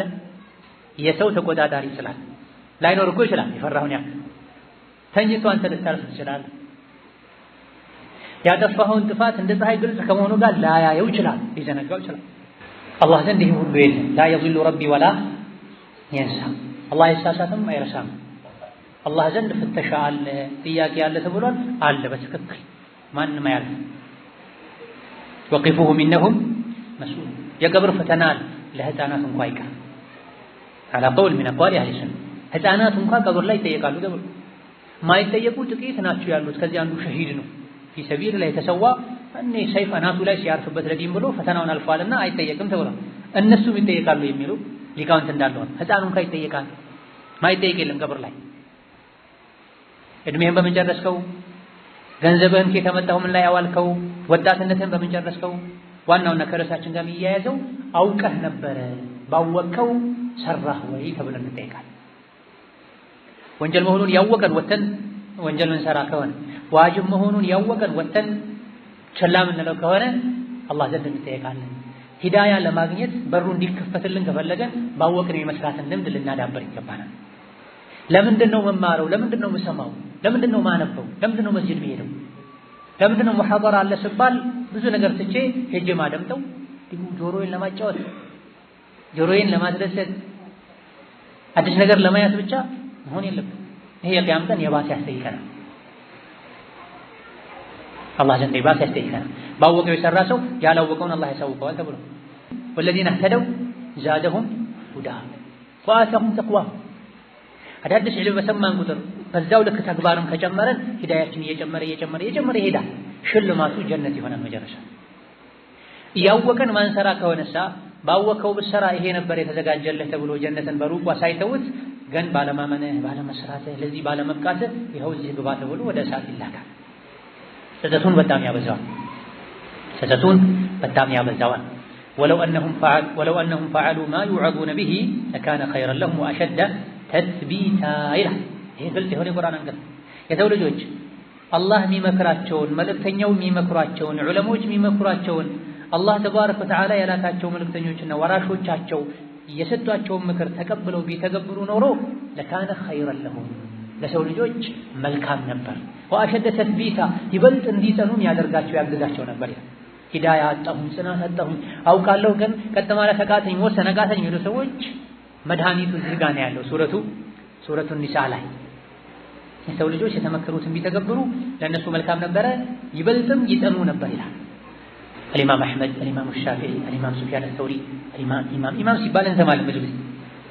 ኢማም የሆኑት እንደኛ የመረጡ ሸሪዓን እየተከተሉ አይደለም። በሁሉም ነገር ትክክለኛ ሙስሊሞች ሙእሚኖች ሆነው ከልጅነት ጀምሮ ሱፊያን አልተውሪን እናታቸው ወደ ትምህርት ስትልካቸው ልጄ ሆይ ይተማር ጥጥ እየፈተልኩ አስተምርሃለሁ። የእጅ ስራ እየሰራው አቅም ባይኖረኝ እንኳ ቋሚ የገቢ ምንጭ ባይኖረኝ እንኳ ጥጥ እየፈተልኩ አስተምርሃለሁ፣ የእጅ ስራ እየሰራው አስተምርሃለሁ። ግን አንድ ሐዲስ ስትሰማ ራስህን መለስ ብለህ ተመልከት። በዛ ሐዲስ ከሰራህበት ከተጠቀምክ ሂድ፣ ቀጥል ጉዞህን። እኔ በሴት አቅሜ አስተምርሃለሁ የሚያስከፍለው ዋጋ ከፍዬ። አንድ ሐዲስ ተምረህ ግን ራስህ ላይ ለውጥ ካላገኘ ካልተጠቀምክበት ና ቤት ቁጭ በል ስራ አግዘኝ ይሉ ነው። በዚህ መልኩ ነበር የሚያስተምራቸው። ደጋግ ቀደምቶች ዒልም መማር ሲጀምሩ ገና በሚዲያው እንኳ ሳይነገር ጎረቤቱ እንኳ ሳይሰማ ሊማር በሄደው ሰው ጸባይ ምክንያት አውቆ ነበር። የገሌ ልጅ ሐዲስ መማር ጀመረ ይሉ ነበር። እንዲሁ 2 ቀን 3 ቀን 4 ቀን ሐዲስ የሚነገርበት ቦታ ሄደው ከመጡ የድሮ ሰዎች ጸባያቸው ይቀየርና የገሌ ልጅ ዒልም መማር ጀመረ ማለት ነው ይሉ ነበር።